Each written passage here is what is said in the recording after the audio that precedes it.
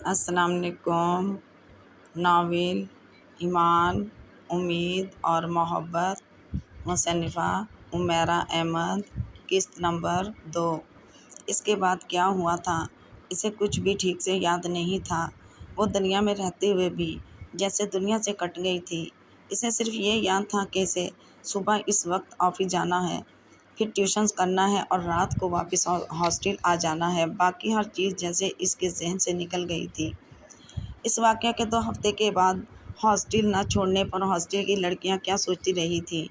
Warden نے اسے کتنی ہمدردی سے دیکھا تھا۔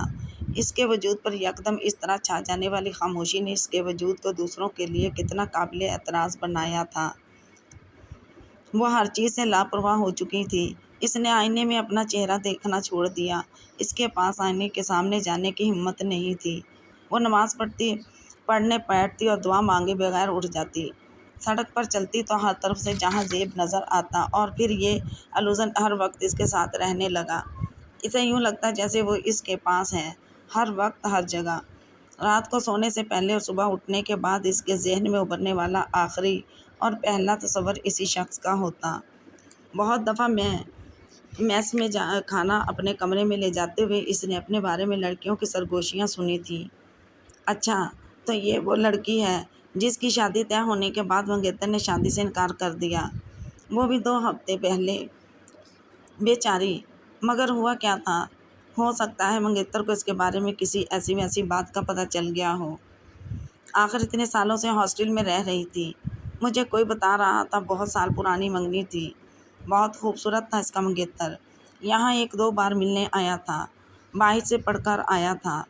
مجھے تو ترس آ رہا ہے، کتنا ظلم ہوا ہے اس پر۔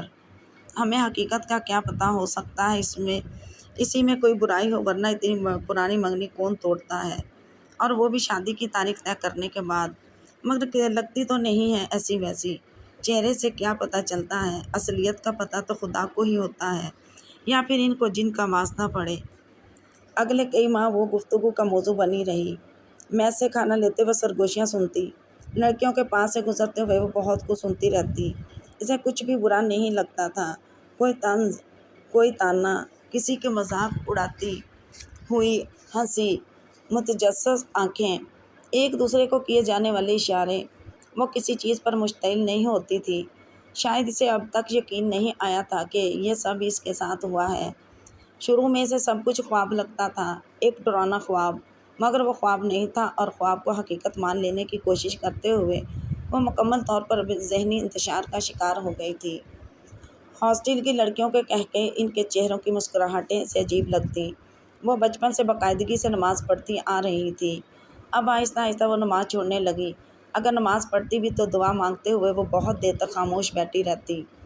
اس کی سمجھ میں نہیں آتا تھا وہ خدا سے اب کیا مانگے۔ ویکینڈ پر راولپنڈی جاتی تو امی اس سے بات کرتے کرتے رونے لگتی۔ وہ تب بھی خاموشی سے انہیں دیکھتی رہتی۔ اس کے پاس انہیں دلاسا دینے کے لیے کچھ تھا نہ آنسو پوچھنے کے لیے ہمت۔ وہ اس سے اصرار کرتی کہ آخر اس نے کون سی شرائط ماننے کے لیے کہا تھا جس پر اس نے انکار کیا۔ وہ کچھ بتانے کے بجائے پھر خاموشی اختیار کیے رکھتی۔ اس کے اندر کیا کچھ بدل چکا تھا، اس کا اندازہ اس کی امی کو کبھی نہیں ہوا۔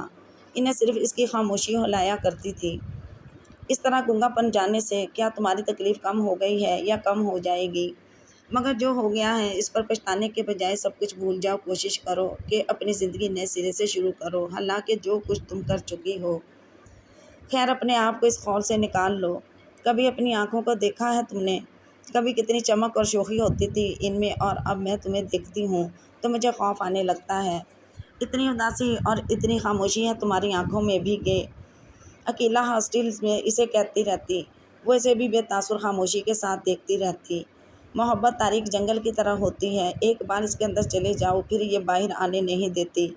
باہر آ بھی جاؤ تو آنکھیں جنگل کی تاریکی کی اتنی عادی ہو جاتی ہیں کہ روشنی میں کچھ بھی نہیں دیکھ سکتی، وہ بھی نہیں جو بالکل صاف، واضح اور روشن ہوتا ہے۔ اس دن بھی عقیلہ کی بہت سی نصیحتوں کے جواب میں اس نے یہی کہا تھا، میں بھی ابھی کچھ دیکھ نہیں پا رہی ہوں، بس مجھے یہ اندازہ نہیں ہے کہ میں جنگل کے اندر ہوں یا باہر۔ عقیلہ نے اسے چہرے پر چادر لیتے دیکھ کر ہمدردی سے اس کا سر تھپتھپا دیا تھا۔ اگلے کچھ سالوں میں اس کی بہن کی شادی ہو گئی۔ ثاقب FSC کرنے کے بعد آرمی میں چلا گیا اور معین BCom کرنے کے بعد ایک موبائل فون کی کمپنی میں سیلز ایگزیکٹو کے طور پر کام کرنے لگا۔ اس کے کندھوں پر پڑی ہوئی ذمہ داریاں ہٹتی گئی تھیں اور خاموشی نے کچھ اور مضبوطی سے اسے اپنے شکنجے میں جکڑ لیا تھا۔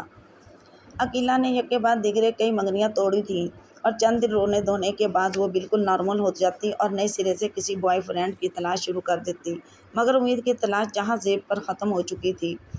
عقیلہ ایک چھوٹے شہر سے تعلق رکھتی تھی اور لاہور میں اپنی تعلیم مکمل کرنے کے بعد وہ واپس نہیں گئی۔ وقت گزرنے کے ساتھ ساتھ اس کے والدین کی ڈیتھ ہو گئی۔ 2 بھائی شادی کرنے کے بعد اپنے الگ الگ گھروں میں سیٹل تھے، جبکہ وہ خود مستقل طور پر ہاسٹل میں مقیم تھی۔ بعض دفعہ امید اسے دیکھ کر سوچتی کیا خوش رہنے کے لیے رشتے ضروری بھی ہیں یا نہیں؟ اگر یہ اپنی پوری زندگی یہاں گزار سکتی ہے تو کیا میں بھی؟ ہاں، کیا فرق پڑتا ہے یہاں رہنے سے؟ شاید گھر کی ضرورت اس کو ہوتی ہے جس کو خوش رہنا ہو، اور مجھے تو صرف زندہ رہنا ہے، چاہے اس ہاسٹل میں یا کہیں اور۔ خوشی میری ضرورت ہے یا نہیں؟ ہاسٹل میں رہنے والی ایک لڑکی ایک فاسٹ فوڈ کی چین میں کام کرتی تھی۔ وہ اپنی جاب چھوڑ کر واپس جا رہی تھی۔ تم اگر چاہو تو میں تمہارے لیے بات کر سکتی ہوں۔ جاب اچھی ہے، کوئی ٹینشن نہیں، پھر سیلری بھی بہت بہتر ہے، اس نے ایک دن امید سے کہا۔ امید نے ان دنوں اپنی فرم بند ہونے کے بارے میں سنا تھا اور وہ فرم میں اس کا آخری مہینہ تھا۔ شاید عقیلہ نے اس کے بارے میں ہاسٹل کی کچھ لڑکیوں سے بات کی تھی، یہی وجہ تھی کہ اس لڑکی نے امید کو اس جاب کے بارے میں مطلع کر دیا۔ امید نے کچھ بھی کہے بغیر اثبات میں سر ہلا دیا۔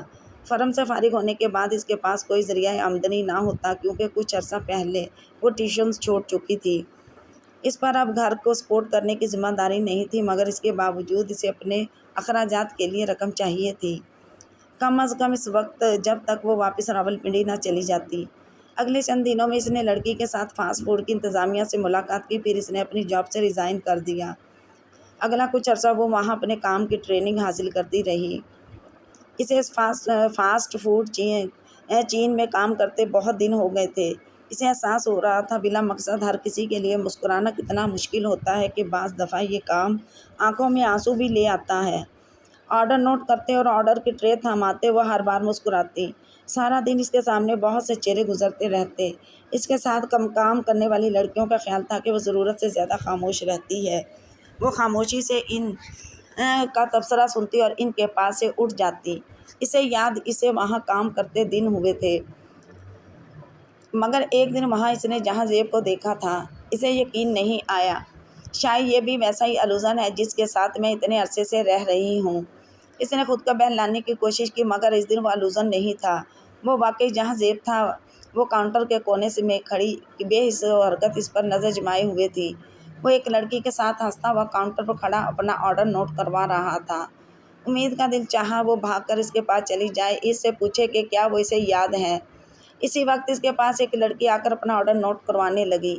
جہاں زیب اب اس لڑکی کے ساتھ ایک ٹیبل پر بیٹھ کر باتیں کر رہا تھا، وہ اس لڑکی کا آرڈر لے کر اندر چلی گئی۔ واپس آنے میں اسے 10 منٹ لگے تھے اور وہ وہاں نہیں تھا۔ اسے یقین نہیں آیا، ابھی وہ یہاں، اور اب۔ امید، تم ٹھیک ہو؟ اس کے ساتھ کام کرنے والی فیروزہ پوچھ رہی تھی۔ ہاں، اس نے جیسے کسی کھائی سے جواب دیا تھا، مگر تمہارا چہرہ اتنا زرد کیوں ہو رہا ہے؟ وہ اب اس کے ماتھے کو چھو رہی تھی۔ تم ایسا کرو، کچھ دیر اندر بیٹھ کر آرام کرو، پھر آ جانا۔ وہ اس کا بازو پکڑ کر اسے اندر لے آئی۔ وہ بہت دیر چپ چاپ اندر بیٹھی رہی، اسے اپنے اندر کہیں ٹھیسیں اڑتی ہوئی محسوس ہو رہی تھیں۔ وہ لڑکی کون ہو سکتی ہے؟ اب وہ سوچ رہی تھی، شاید اس کی بیوی یا پھر گرل فرینڈ۔ بیوی اس کے اندر ایک بار پھر ٹوٹ پھوٹ ہو رہی تھی۔ اگر میں 4 سال پہلے، تو آج اس کے ساتھ میں ہوتی، اسی طرح یہیں۔ اس کے دل میں یکدم بہت شور ہونے لگا، وہ بے اختیار رونے لگی۔ بہت دیر رونے کے بعد وہ منہ دھو کر واپس کاؤنٹر پر آ گئی۔ اس کی شفٹ ختم ہونے میں بھی ابھی 1 گھنٹہ تھا، تبھی اس کے پاس ایک غیر ملکی آیا تھا۔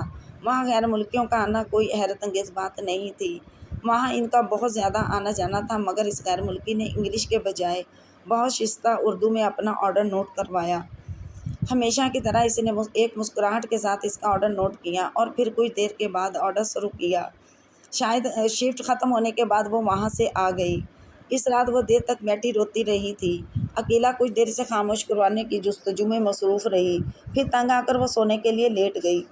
انسان میں اتنی ہمت ہونی چاہیے کہ وہ اپنے لیے فیصلہ کر سکے۔ جس وقت تم اسے حاصل کر سکتی تھیں، اس وقت تم کو اخلاقیات یاد آ رہی تھیں، ایمان اور اسلام کی فکر پڑ گئی تھی، اور اب اسے کسی اور لڑکی کے ساتھ دیکھ لینے پر رو رہی ہو۔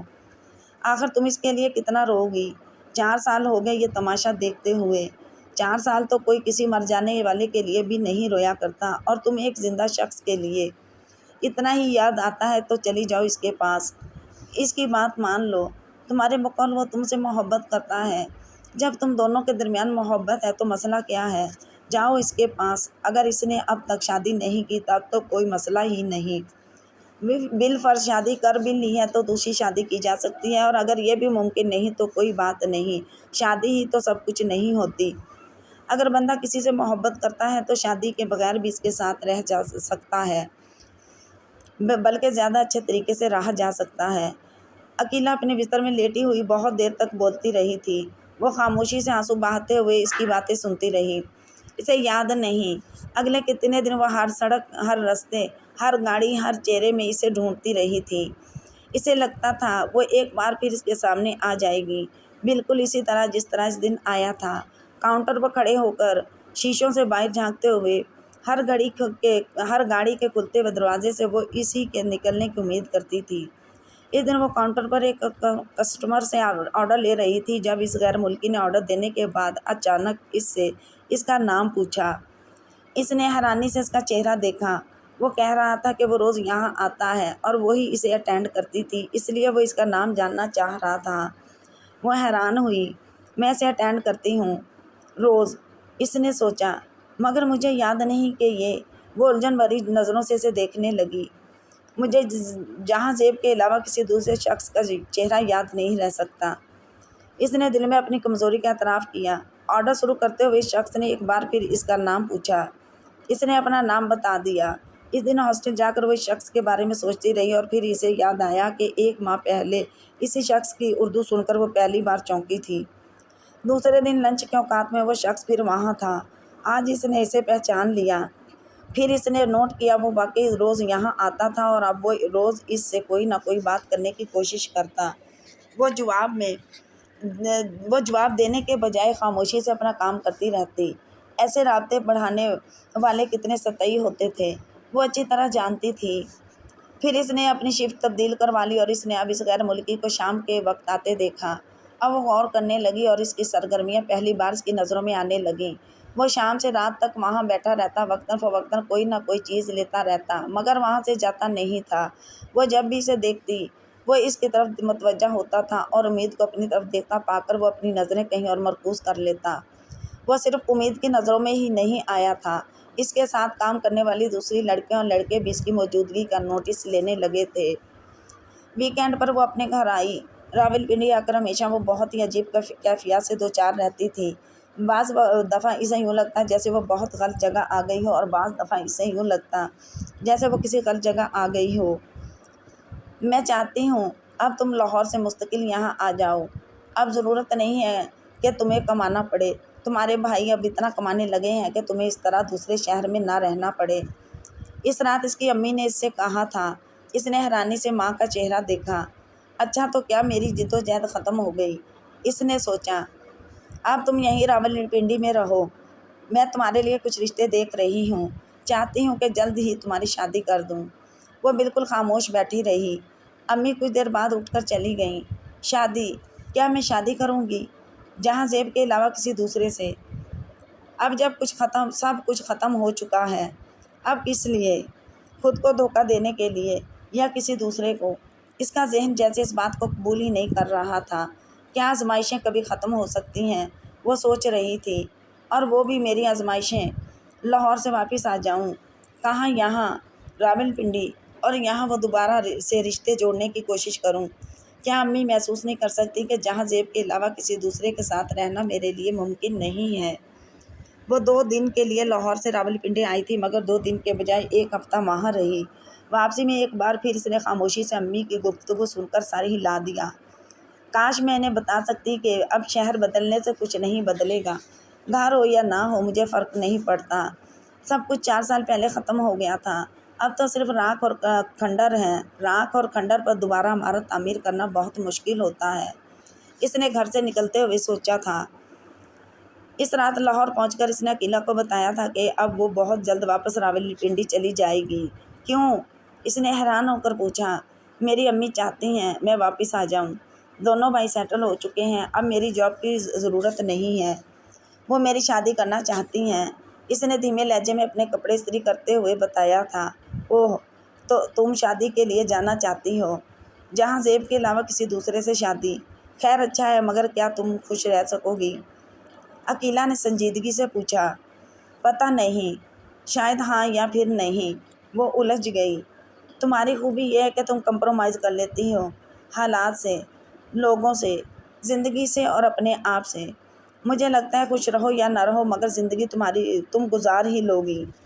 عقیلہ نے اس کا تجزیہ کیا۔ وہ خاموشی سے کپڑے استری کرتی رہی۔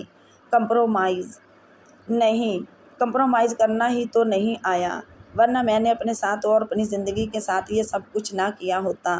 4 سال سے جہاں زیب کے الوژن کے ساتھ زندگی نہ گزار رہی ہوتی، اس نے رنجیدگی سے سوچا۔ اگلے دن وہ ریسٹورنٹ گئی تھی۔ صبح ہاسٹل سے نکلتے ہوئے چوکیدار نے اسے بتایا کہ اس کی عدم موجودگی میں کوئی غیر ملکی اس کے بارے میں پوچھنے آیا تھا۔ وہ یہ جان کر حیران ہوئی کہ وہ اس کے ریسٹورنٹ سے آیا تھا۔ ریسٹورنٹ پہنچ کر اس نے اپنے ساتھ کام کرنے والی سے اس بارے میں پوچھا، مگر کسی نے بھی یہ نہیں کہا تھا کہ کوئی اس کے پیچھے اس کے نہ آنے کی وجہ معلوم کرنے گیا تھا۔ وہ ایک بار پھر اپنے کام میں مصروف ہو گئی۔ شام کو ڈینٹل ایڈگر نامی وہ غیر ملکی ایک بار پھر وہاں آیا تھا اور ہمیشہ کی طرح سیدھا اس کے پاس آیا۔ اس نے رسمی مسکراہٹ کے ساتھ کاؤنٹر پر اس کا استقبال کیا، مگر وہ مسکراہٹ اس وقت اس کے چہرے سے غائب ہو گئی جب اس نے ڈینٹل کا اگلا جملہ سنا۔ وہ اس سے اس ایک ہفتے کا عدم موجودگی کے بارے میں پوچھ رہا تھا۔ اس نے حیرانی سے اس کے سوال پر اسے اور اس کے ساتھ موجود ایک دوسرے شخص کو دیکھا تھا، جس نے برق رفتاری سے اس کے تاثرات سے چھلکنے والی ناگواری کو دیکھ کر آرڈر نوٹ کروانا شروع کر دیا۔ آرڈر نوٹ کرنے کے کچھ دیر بعد اس نے اسی خاموشی اور سنجیدگی کے ساتھ آرڈر شروع کیا۔ اس کا خیال تھا کہ اس کی اس خاموشی سے اس آدمی کو اندازہ ہو جائے گا کہ وہ سوال و جواب کے کسی سلسلے کو پسند نہیں کرتی، مگر وہ نہیں جانتی تھی کہ شام جانے سے پہلے وہ آدمی اس سے کیا سوال کرنے والا تھا۔ وہ اس کے مستقبل وہاں بیٹھنے سے الجھن کا شکار تھی۔ اس دن پہلی بار اس نے اندازہ لگانے کی کوشش کی تھی کہ یہ شخص جو ہر روز یہاں آ کر بیٹھا رہتا ہے، اس کی وجہ کیا ہو سکتی تھی؟ کیا میں؟ اس نے سوچا اور اس کی وحشت میں اضافہ ہو گیا۔ یہ دفعہ کیوں نہیں ہوتا؟ پہلی بار کاؤنٹر پر کھڑے ہو کر اسے ڈینٹل کی نظریں چبھ رہی تھیں۔ اس کی شفٹ ختم ہونے سے کچھ دیر پہلے وہ اس کے پاس آیا اور امید نے اسے کہتے سنا، کیا آپ مجھ سے شادی کریں گی؟ کیا اس شخص کا دماغ خراب ہے؟ اس کے ذہن میں سب سے پہلے آنے والی بات یہی تھی۔ کیا میری اوقات اب یہی رہ گئی ہے کہ اس کاؤنٹر پر کھڑے کوئی بھی شخص آ کر مجھے شادی کی آفر کرنے لگے؟ اس نے دل گرفتگی سے سوچا اور اسے جواب میں کچھ کہنے کے بجائے وہ کاؤنٹر سے ہٹ گئی۔ اس رات ہاسٹل واپس جاتے ہوئے ایک جھماکے کے ساتھ اس کے ذہن میں یہ خیال آیا کہ اس کے پیچھے ہاسٹل آنے والا ڈینٹل ایڈگر ہی ہو سکتا ہے، اور اس خیال نے اسے کچھ اور خوفزدہ کر دیا۔ اسے یہ کیسے پتہ چل گیا کہ میں یہاں رہتی ہوں اور وہ پیچھے کیوں آیا؟ مجھے اب کیا کرنا چاہیے؟ وہ ساری رات جاگتی رہی اور اگلی صبح وہ فیصلہ کر چکی تھی۔ گیٹ پر موجود چوکیدار کو اس نے ہدایت دی کہ اب اگر کوئی غیر ملکی اس کے بارے میں پوچھنے آئے تو وہ اس سے کہہ دے کہ امید ہاسٹل چھوڑ چکی ہے۔ اس نے اسی دن فون کر کے اپنی جاب چھوڑنے کے بارے میں بھی فاسٹ فوڈ چین کی انتظامیہ کو مطلع کر دیا۔ اتنے سالوں سے میں اس ہاسٹل میں رہ رہی ہوں، کبھی بھی مجھے اس طرح کسی صورتحال کا سامنا نہیں کرنا پڑا، اور اب اس طرح صرف ایک شخص کی وجہ سے مجھے بھاگنا اور چھپنا پڑ رہا ہے۔ آخر میں کیوں خوفزدہ ہوں اور کس چیز سے خوفزدہ ہوں؟ وہ میری مرضی کے بغیر تو مجھ سے شادی نہیں کر سکتا۔ مجھے اس کے سامنے انکار کرنا چاہیے تھا، جھڑکنا چاہیے تھا۔ وہ سوچتی اور حیران ہوتی۔ وہ اگلے دن کچھ وہیں رہی تھی، یہ سوچتی رہی کہ اب اسے کیا کرنا چاہیے۔ ایک بار پھر سے جاب کی تلاش کرنی چاہیے، ٹیوشنز کرنی چاہیے، یا پھر واپس راولپنڈی چلے جانا چاہیے۔ وہ بہت دن سوچ بچار میں رہی اور پھر جیسے کسی فیصلے پر پہنچ گئی تھی۔ ہاں، مجھے اب واپس اپنے شہر، اپنے گھر چلے جانا چاہیے۔ آخر اب میں یہاں رہ کر کیا کرنا چاہتی ہوں؟ یہاں کیا ہے جس کے لیے رکنا چاہتی ہوں؟ کیا یہاں جہاں زیب؟ وہ آگے کچھ سوچ نہیں پائی تھی۔ اسے ٹھیک سے یاد نہیں تھا اس نے کتنے سال ہاسٹل میں گزارے تھے۔ اس نے یہاں اپنی زندگی کا سب سے اچھا وقت گزار دیا تھا۔ یہاں اس نے خواب دیکھے تھے۔ یہاں اس نے 4 سال پہلے ہمیشہ کے لیے خواب دیکھنے بند کر دیے تھے۔ یہاں اس نے اپنی زندگی کے 4 بدترین سال گزارے تھے۔ 4 سال پہلے جو کچھ ہوا تھا اسے اس کا ایک ایک لمحہ یاد تھا۔ پھر اس کے بعد 4 سال کس طرح اس نے گزارے تھے وہ کوشش کرتی بھی تو اسے کچھ بھی یاد نہیں آتا۔ اسے بس یوں ہی لگتا جیسے پچھلے 4 سال سے وہ کسی ایسے بر اعظم پر پہنچ گئی ہے جہاں تاریکی کے علاوہ کچھ بھی نہیں تھا۔ وہ جانے سے پہلے ایک دن ہاسٹل میں پھرتی رہی تھی۔ وہاں کی ہر چیز کے ساتھ اس کی یادیں وابستہ تھیں، ایسی یادیں جنہیں وہ بھلا دینا چاہتی تھی۔ سردیوں کی وہ راتیں جب اس نے اپنی زندگی کو برزخ بنتے دیکھا تھا، گرمیوں کی وہ راتیں جب اس کا جسم برف کا تودہ بن جاتا تھا۔ اس کے آنسو، اس کے خواب، اس کی خواہشیں سب کی قبریں یہی تھیں اور اسے یوں لگتا تھا جیسے وہ ان قبروں کی مجاور بن چکی ہو۔ اس قبرستان نے اس کے وجود کو کھا لیا تھا۔ اب جب وہ باہر نکلنے کی کوشش کر رہی تھی تو اس کا پورا وجود کٹ رہا تھا۔ راولپنڈی آنے کے بعد اگلے کئی دن وہ گمسم رہی تھی۔ اسے یوں لگ رہا تھا جیسے وہ ایک نئی دنیا میں آ گئی ہو، ایسی دنیا جو نہ اس کی تھی نہ اس کے لیے۔ 9 سال گھر سے باہر رہنے کے بعد اب دوبارہ وہاں رہنا، ہاں میرے لیے تو بس یہی کافی تھا۔ 3 وقت کا کھانا، سر چھپانے کے لیے ایسی جگہ جس کا کرایہ مجھے نہ دینا پڑتا ہو اور جسم ڈھانپنے کے لیے چند جوڑے کپڑے۔ میرا اثاثہ تو بس یہی چیزیں تھیں۔ 5 سال ایک شخص کا انتظار کرنے اور 4 سال اسے کھونے کے بعد جو اس پر برقرار رہنے میں لگانے کے بعد میرے حصے میں آنے والی زندگی کچھ اتنی بری نہیں، بس صرف یہ ہوا کہ زندگی کچھ زیادہ خاموش ہو گئی ہے۔ آنکھیں اب خواب نہیں دیکھتی اور دل یقین کھو چکا ہے، مگر باقی سب کچھ تو ہے۔ وہ سارا دن گھر کے صحن میں لگے ہوئے پودوں کے پاس بیٹھی سوچتی رہتی۔ گھر سے نکلتے ہوئے میں 18 سال کی تھی، واپس آتے ہوئے 27 سال کی ہو چکی ہوں، اور 9 سال میں نے اپنے لیے کیا کھویا کیا پایا۔ شاید صرف کھویا، پانے کی تو مجھ میں ہمت ہی نہیں تھی۔ وہ سوچتی اور اذیت کا ایک بار پھر اس کا گہراؤ کرنے لگتی۔ امی اس کے گھر آ جانے سے بہت خوش اور مطمئن تھیں اور یہی حال اس کے بھائیوں کا تھا۔ شام کو ان کے ساتھ اکٹھے کھانا کھاتے اس کے پرسکون اور مطمئن چہرے کو دیکھ کر حیرانی سے سوچتی رہتی، کیا زندگی اتنی اچھی ہے کہ اس کے لیے مسکرایا جائے۔ اس کے آنے کے کچھ دن بعد اس نے اپنے گھر 2 عورتوں اور 1 مرد کو آتے دیکھا تھا۔ ان سے ملنے کے بعد امی کسی سوچ میں گم رہی تھیں۔ امید کو یوں محسوس ہوتا رہا جیسے وہ اسے بہت غور سے دیکھ رہی ہوں۔ رات کو اس نے انہیں اپنے بھائیوں کے ساتھ مصروف گفتگو پایا تھا۔ ان کا انداز بھی بہت پراسرار تھا۔ تم ڈینڈل ایڈگر کو جانتی ہو؟ فریج سے پانی نکالتے ہوئے وہ بالکل ساکت ہو گئی۔ پھر اس نے اپنے ہاتھوں میں کپکپاہٹ دیکھی۔ میرے خدا، کیا اب مجھے اپنے گھر والوں کے سامنے اپنی صفائی دینی پڑے گی، وہ بھی ڈینڈل ایڈگر کے حوالے سے؟ وہ بامشکل پلٹی تھی۔ امی ڈائننگ ٹیبل پر سبزی بناتے ہوئے اس کے جواب کی منتظر تھیں۔ میں جس ریسٹورینٹ میں کام کرتی تھی وہاں کھانا کھانے کے لیے آیا کرتا تھا، اس نے اپنی آواز پر قابو پاتے ہوئے حتی المقدور نارمل لہجے میں کہا۔ اچھا، کیسا آدمی ہے وہ؟ ان کے سوال پر ایک بار پھر سن رہ گئی۔ مجھے کیا پتا، مگر آپ کیوں پوچھ رہی ہیں؟ امی نے سر اٹھا کر اسے دیکھتے ہوئے کہا۔ اس نے تمہارے لیے رشتہ بھجوایا ہے۔ اس کے ہاتھ سے پانی کا گلاس گر پڑا۔ یہاں تک کیسے پہنچ گیا یہ شخص، اور کیوں؟ وہ بے اختیار خوفزدہ ہوئی۔ امی نے اس کے ہاتھ سے گرتے گلاس کو دیکھا، پھر اس کے چہرے پر نظر ڈالی۔ ہم لوگ سوچ رہے تھے کہ شاید تم اسے جانتی ہو اور تمہاری پسند کی وجہ سے ہی اس نے یہاں اپنا رشتہ بھجوایا ہے۔ نہیں، میں اسے بس اتنا ہی جانتی ہوں اور پسند کا تو سوال ہی پیدا نہیں ہوتا۔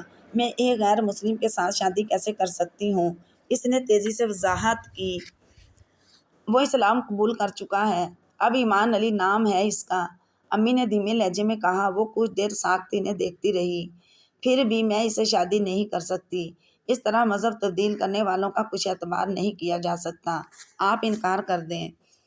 امی نے اس کی بات پر ایک مطمئن اور گہری سانس لی۔ وہ اگلے کئی دن پریشان رہی۔ میرے گھر والے کیا سوچتے ہوں گے کہ میں لاہور میں کیا کرتی رہی ہوں؟ وہ اپنے بھائیوں کے چہرے پر ملامت اور خفگی تلاش کرتی رہی، مگر ان کے چہرے پہلے ہی کی طرح تھے۔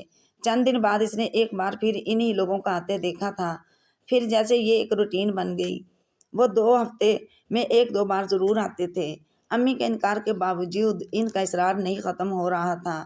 اس کی بے چینی اور اضطراب بڑھتا جا رہا تھا۔ آپ ان سے کہیں وہ ہمارے گھر نہ آئیں، ہمیں یہ رشتہ پسند نہیں ہے، تو پھر اس طرح بحث کی کیا تک ہے؟ اس دن ان کے جانے کے بعد اس نے اپنی امی سے کہا، میں بہت بار ان سے کہہ چکی ہوں مگر وہ لوگ بضد ہیں۔ اس کی امی نے اپنی مجبوری ظاہر کی۔ وہ ان کا منہ دیکھتی رہی۔ چند دن بعد رات کو معین اس کے پاس آیا۔ کچھ دیر ادھر ادھر کی باتیں کرنے کے بعد اس نے کہا، میرا دوست سکندر ایمان علی کو بہت اچھی طرح سے جانتا ہے۔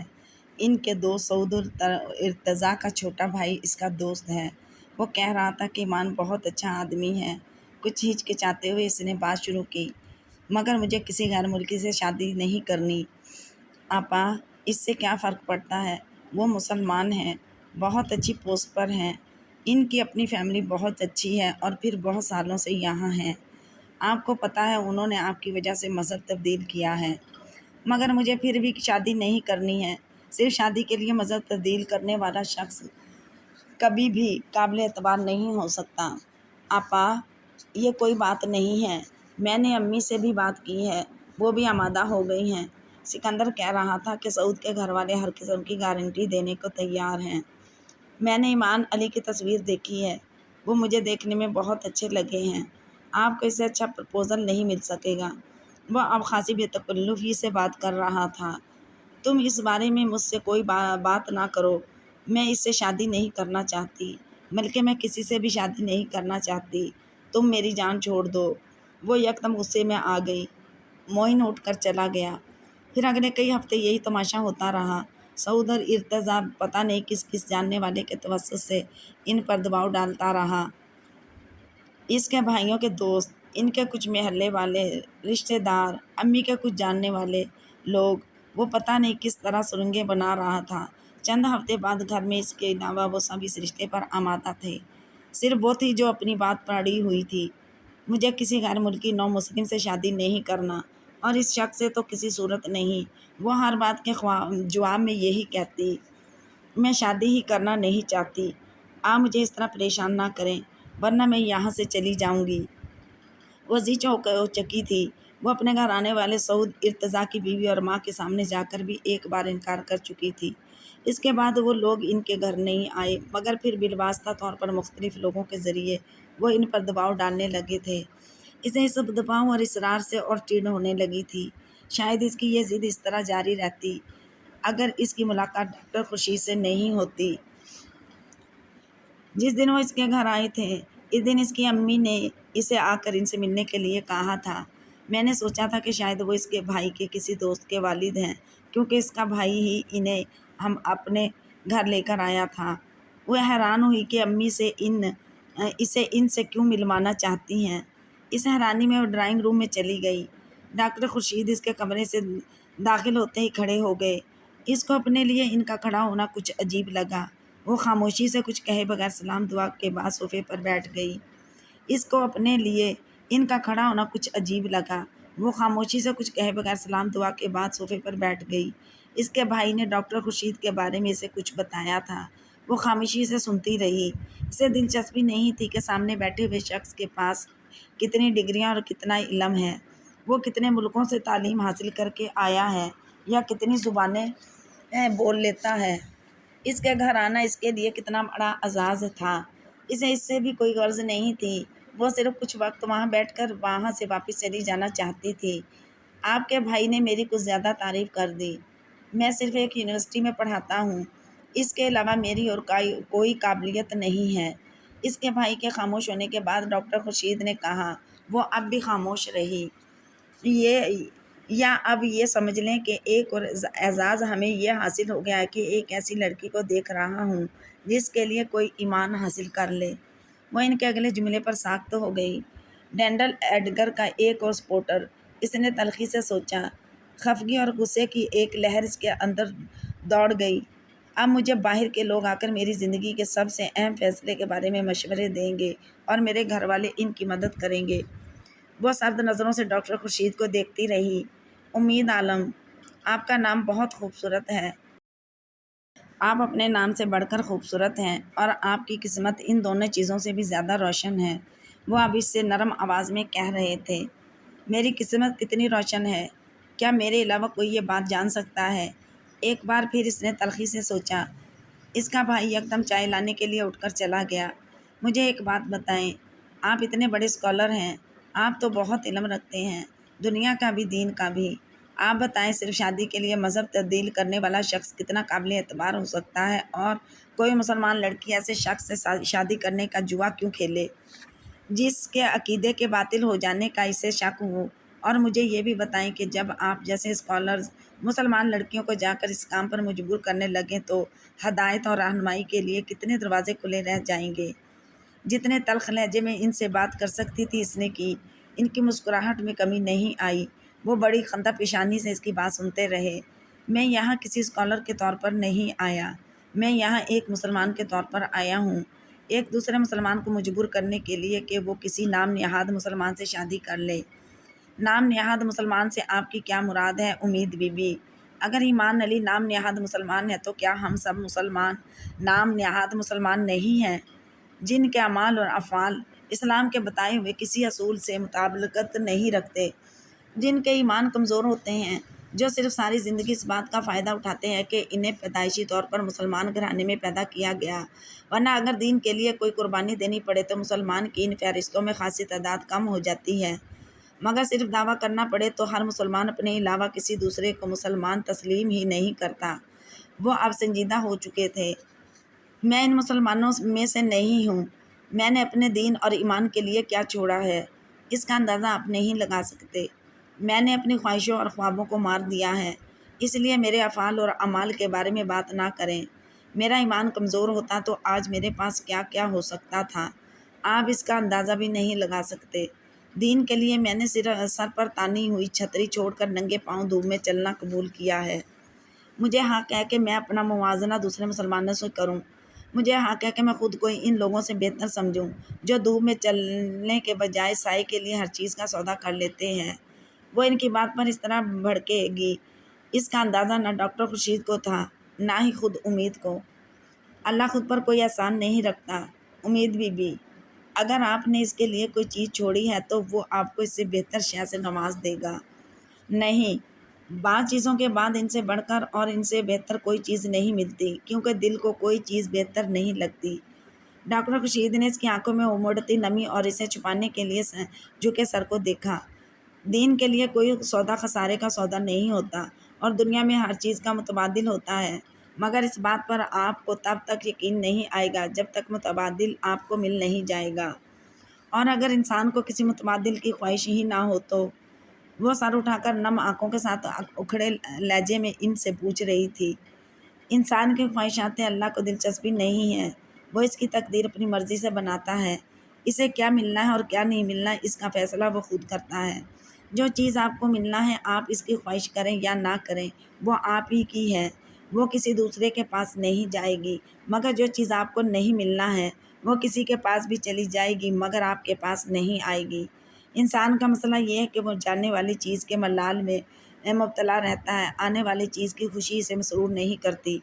میں آپ سے یہ نہیں پوچھوں گا کہ آپ نے دین کے لیے کیا چھوڑا، میں صرف یہ پوچھوں گا کہ آپ نے کیوں چھوڑا، اور یہ سوال اس لیے کروں گا کہ خدا کے لیے کیے جانے والے عمل پر فخر کے بجائے آپ کو پچھتاوا ہے، اور یہ پچھتاوا شر سے بڑھ کر ہوتا ہے۔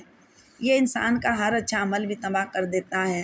خدا کے لیے کیے جانے والے عمل پر شکر اور پھر فخر کرنا چاہیے کہ اس نے آپ کو آزمایا اور آپ نے ثابت قدمی اور استقامت دکھائی، لیکن اگر آپ کو پچھتانا تھا تو پھر آپ یہ قربانی نہ دیتے، آپ بھی سائے کا انتخاب کر لیتے۔ راستے تو دونوں ہی تھے آپ کے پاس، اور کسی نے آپ کو یقیناً مجبور بھی نہیں کیا ہوگا، کم از کم اللہ نے نہیں۔ اس نے تو اختیار دیا آپ کو کہ انتخاب کا حق استعمال کریں، پھر آپ نے اپنے اختیار کو استعمال کیا، اب یہ پچھتاوا کیوں؟ میں آپ کے اسلام پر گواہی دینے آیا ہوں، نہ آپ کے ایمان کی مضبوطی کا جائزہ لینے۔ یہ دونوں کام میں ایمان علی کے لیے کرنے آیا ہوں۔ میں گواہی دیتا ہوں کہ وہ مسلمان ہے اور میں گواہی دیتا ہوں کہ وہ ہمیشہ مسلمان ہی رہے گا۔ بہت کم عورتیں ہوتی ہیں جن کی کوئی اتنی خواہش کرتا ہے جس قدر ایمان علی آپ کی کر رہا ہے۔ آپ کی خوش بختی یہ ہے امید بی بی کہ آپ کے لیے ایک ایسا شخص دامن پھیلائے ہوئے ہے جو کیچڑ کا کمل ہے، اور کمل کو کوئی صرف کیچڑ میں کھلنے کی وجہ سے پھول کہنا نہیں چھوڑ دیتا۔ لوگ اس کی خوشبو سے بھی متاثر ہوتے ہیں اور حسن کو بھی تسلیم کرتے ہیں۔ وہ خاموشی سے ان کا چہرہ دیکھتی رہی۔ میں نے آپ سے کہا نہ کہ اللہ انسان کو ہر چیز کا متبادل دے دیتا ہے اور ہر انسان کو دیتا ہے۔ آج ایمان علی آپ کی خواہش کر رہا ہے، آپ اسے نہیں ملتے تو کیا ہوگا؟ اللہ اس کے لیے آپ سے بہتر اور بڑھ کر کوئی متبادل پیدا کر دے گا۔ اللہ کو نوازنا آتا ہے، مگر جب کوئی اتنی چاہ کرے تو اس کی محبت کو اس طرح رد نہیں کرنا چاہیے۔ آپ ایک ایسے شخص کو رد کر رہی ہیں جس کی زندگی میں صرف ایک عورت آئی ہے اور وہ عورت آپ ہیں۔ وہ آپ کا نام اتنی محبت اور عزت سے لیتا ہے کہ مجھے آپ پر رشک آتا ہے۔ عورت سے محبت بہت سے مرد کرتے ہیں، مگر محبت کے ساتھ ساتھ عزت بہت کم مرد کرتے ہیں۔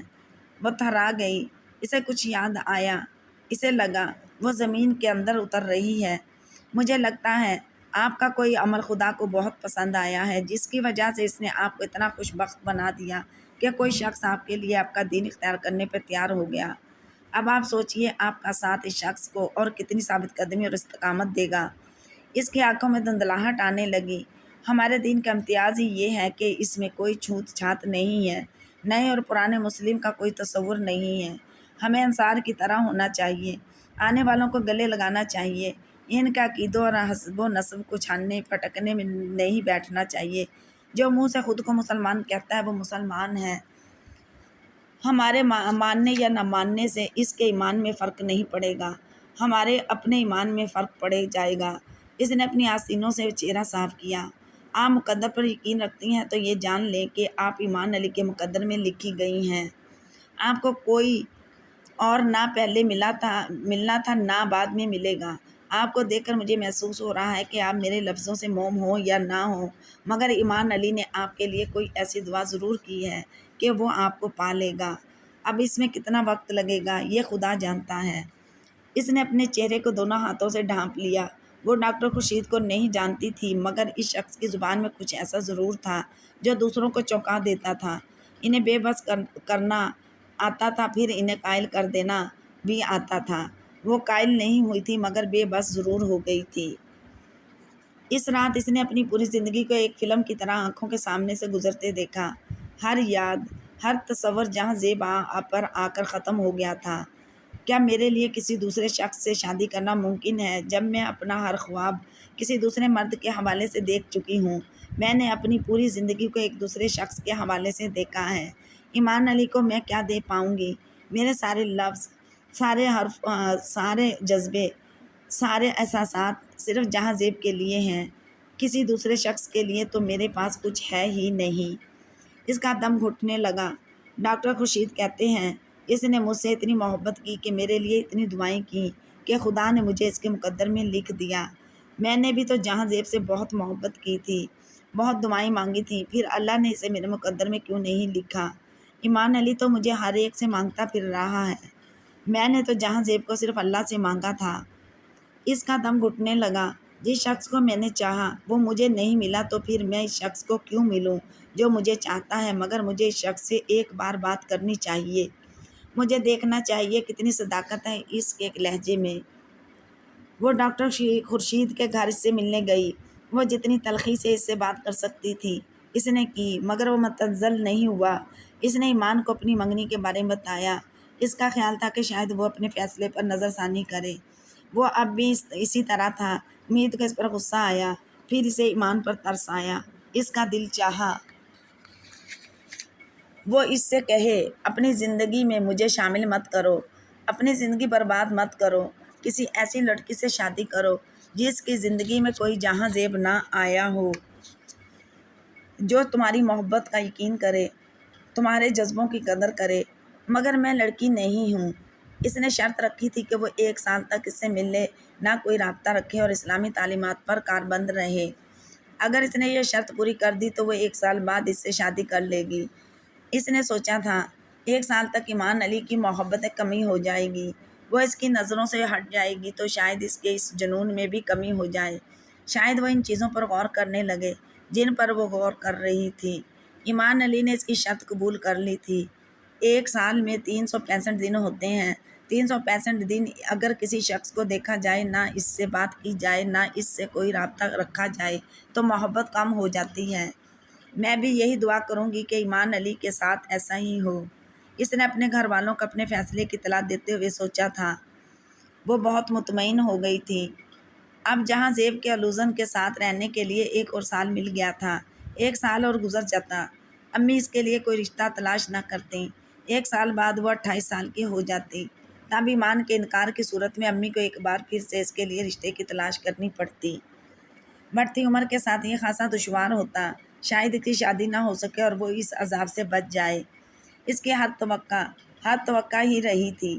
1 سال کے دوران ہر بار گھر میں ایمان علی کا ذکر آنے پر وہ موضوع بدل دیتی۔ وہ وہاں سے اٹھ کر چلی جاتی اور کسی اور کام میں مصروف ہو جاتی۔